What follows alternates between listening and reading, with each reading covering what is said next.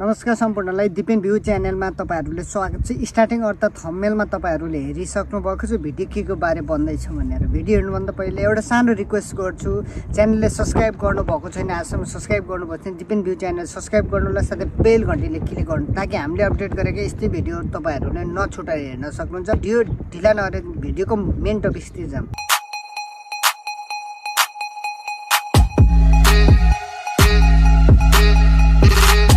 धेरैले मेसेज र कल गर्नुभयो थियो, त्यही भएर भिडियो बनाउने बाध्यता भयो, त्यही भएर मैले भिडियो बनाएको। यदि तपाईँ बुल्गेरिया रोमानिया अर्थात ग्रिसको लागि प्रोसेस गर्दै हुनुहुन्छ भने तपाईहरुले भिडियो नछुटाएर हेर्नु होला। नेपालमा एजेन्ट मेन पावरले यति धेरैले यति स्क्याम गरिरहेको छन्, यति धेरै रकम के 14 लाख 15 लाख भिजिट भिसामा अर्थात तपाईको सिजनल भिसामा यति धेरै रकम मागेको छ कि सिजनल भिसा अर्थात भिजिटमा आएर कुनै पनि सेन्जेन अर्थात नन सेन्जेन युरोपियन युनियनमा आएर त्यहाँबाट तपाईँ ग्रिस लैजान्छु अर्थात तपाईहरुको सिजनल भिसामा बुल्गेरिया रोमानिया अर्थात साइप्रस अर्थात भयो सर्बिया भयो कन्ट्रीमा लगिदिन्छु। तपाईहरुले सिजनल भिसा त्यहाँ जानु होला। 3 महिना काम गरिसकेपछि म तपाईहरु ग्रिस लैजान्छु गरम भनेर मलाई यति धेरै क्वेशन गर्नु भएको थियो। सिजनल भिजा भिजिट भिसामा आउँदै नआउनु होला, सकेसम्म तपाईहरुले भिजामा आउँदै नआउनु होला। Long visa D1 visa long कन्ट्याक्टमा तपाईहरु जुनसुकै कन्ट्री आए पनि बेटरै छ, राम्रै छ हैन।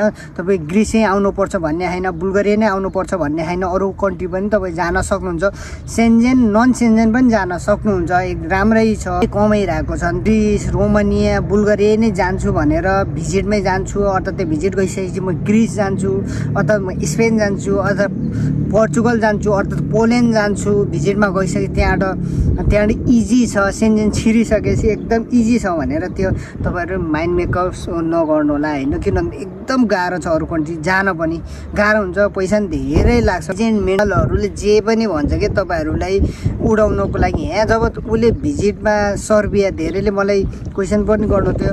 हिजो अस्ति मलाई 10-12 जनाले मेसेज पनि गर्नुभएको थियो 14 लाख भनेको छ नेपालबाट सर्बियाबाट ग्रिस लगेर काम लगाइदिन्छु भनेर 14 लाख रुपैयाँ मागेको छ। के गरम, आधी पेमेन्ट त गरिसकेको छु भनेर उहाँले भन्नुभयो। त्यही भएर मैले भिडियो बनाएको। यति धेरै रकम तिरेर सिजनल भिजा भिजिट भिजामा आउँदै नआउनु होला, सकेसम्म आउँदै नआउनु होला। अर्थात तपाईले लङ भिजा D1 भिजा मा आउनु होला नि, जुनसुकै ग्रिसमै आउनु पर्छ भन्ने हैन, अरु कन्ट्रीमा नि तपाईहरु आउन सक्नुहुन्छ। नेपालबाट डाइरेक्ट ग्रिसमा भिजा लाग्दैन, भिजा तपाई हुँदैन, इन्डिया हुँदै आउनु पर्छ, इन्डियाबाट प्रोसेस गर्नुपर्छ। त्यही भएर तपाईको बुल्गेरिया भयो रोमानिया भयो साइप्रस भयो अर्थात तपाईहरुको सर्बिया भयो यस्तो यो कन्ट्रीहरुमा तपाईले डाइरेक्ट भिजा लगाउन सक्नुहुन्छ। D1 लङ भिजा लङ कन्ट्याक्टमै तपाईहरु अप्लाई गर्नु होला, प्रोसेस गर्नु होला हैन। लङ भिजा लङ कन्ट्याक्टमा अहिले कति लाग्छ त्यो तपाईमा भर पर्छ, बढी नतिर्नु होला। 9-10 लाख रुपैयाँ त्यो भन्दा माथि नै माग्न त माग्छ, तर तपाईले डिल गर्नु होला हैन।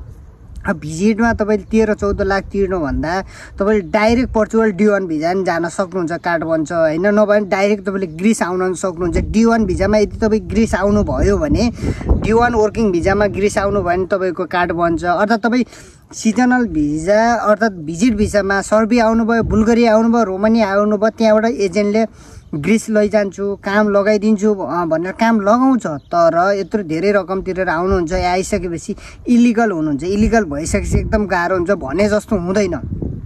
जसरी लिगल वेमा तपाई काम गर्नुहुन्छ, हरेक सेवा सुविधा पाउनुहुन्छ, टाइममा स्यालेरी पाउनुहुन्छ, त्यस्तो इलिगलमा तपाईले एकदम गाह्रो हुन्छ, त्यसोमा हुँदैन, भनेको सोचे जस्तो हुने हुँदैन। त्यही भएर एकदम बी केयरफुल हुनु होला। दलाल एजेन्ट भन्दैमा तपाई लैलैमा नलाग्नु होला। दलाल एजेन्टहरुलाई नेपालको बारे मात्रै थाहा छ, यहाँ के हुन्छ हरेक कुराहरु रुलहरु भयो अर्थात यहाँको काम A to Z उनीहरुलाई थाहा हुँदैन के। त्यही भएर उनीहरुको लैलैमा नफस्नु होला। तपाई यदि तपाईहरु सेन्जेन जोनमा हुनुहुन्छ, लङ भिजा लङ कन्ट्याक्टमा आउनु भएको छ भने तपाईसँग TRC बनेको छ, कम्पनी राम्रै सेवा सुविधा दिएको छ अर्थात टाइममै स्यालेरी दिएको छ, स्यालेरी कम छ भनेर यो सोशल मिडिया टिकटक लैलैमा ग्रिसमा यति कमाइ हुन्छ यति कमाइ हुन्छ भनेर त्यसको लैलैमा फसेर तपाई ग्रिस नआउनु होला।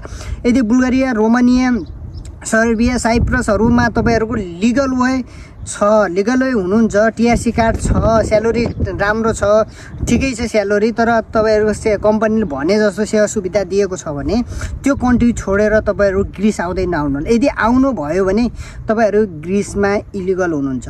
लिगल वे कुनै अप्सन छैन। व्हाइट कार्ड अर्थात् रिफ्युजी कार्डले हो, व्हाइट कार्ड रिफ्युजी कार्डले तपाईँहरूले ग्रिसमा मात्रै काम गर्न सक्नुहुन्छ। त्यो पनि रिन्यू गर्नुपर्छ।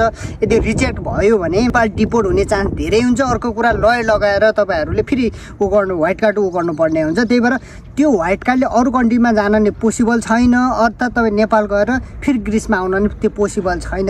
रिफ्युजी कार्ड व्हाइट कार्ड भनेको यहाँ ग्रिसमा मात्रै लिगल वेले काम गर्ने एउटा अप्सन माध्यम मात्रै हो। सो त्यही कारणले गर्दा तपाईँ कुनै पनि सेन्जेन एरियामा हुनुहुन्छ भने ग्रिसमा सोसियल मिडियाको लैलामा यति कमाइ हुन्छ, कार्ड बन्छ। रिफ्युजी कार्डले जान आउनु पनि धेरैले थाहा छैन रिफ्युजी कार्ड भनेर के हो, व्हाइट कार्ड भनेको के हो, व्हाइट कार्डले नेपाल जान आउन मिल्छ भनेर कसै दलाल एजेन्टले भनेको छन्। मलाई क्वेसन आएको छ, त्यो होइन।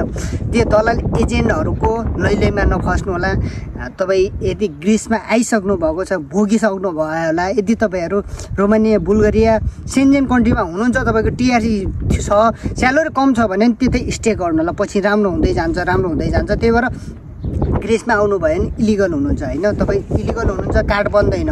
त्यहाँ तपाईँ सेन्जेन जोनको टिआरसी कार्डले भनेको बाई फ्लाइट हुने मात्रै हो, यहाँ इलिगल नै हुनुहुन्छ। ग्रिसमा कार्ड बन्छ कि बन्दैन भनेर धेरैले सोधिराख्नु भएको छ। डाइरेक्ट नेपालबाटै भिजा लगाएर, D1 भिजा लगाएर तपाईँ ग्रिस आउनु भएको छ भने, अर्थात् आउने प्लानिङ छ भने मात्रै तपाईँको TRC card, temporary resident card बन्छ। नत्र तपाईँहरूको यदि अरू कन्ट्रीबाट, सेन्जेन जोनबाट ग्रिसमा आउनुभयो भने तपाईँको टिआरसी कार्ड बन्दैन। तपाईँ त्यहाँ जुन सेन्जेन जोनको टिआरसी छ अर्थात् ग्रिसमा आइसके टिआरसी बन्छ भनेर त्यो पोसिबल छैन, बन्दैन। रिफ्युजी कार्ड अर्थात् व्हाइट कार्ड बनाएर तपाईँहरू त्यो लिगल वे हुने हो, टिआरसी कार्ड बन्दैन। सो अहिलेको कुनै पनि रुल गभर्मेन्टले तपाईँको टिआरसी बन्छ, यस्तो बन्छ भनेर तोकेको पनि छैन, इलिगल नै हुनुहुन्छ। सो तपाईँहरूले एकदम ध्यान दिनु होला होइन, स्क्याममा नफस्नु होला। यति धेरै रकम तिरेर नआउनु होला। सो भिडियो कस्तो लाग्यो भिडियो लाइक गर्नु होला, सल्लाह सुझावको लागि कमेन्ट गर्नु होला। नयाँ चाहिँ च्यानललाई सब्सक्राइब गर्नुभएको छ भने दिपेन भ्यू च्यानल सब्सक्राइब गर्नु होला,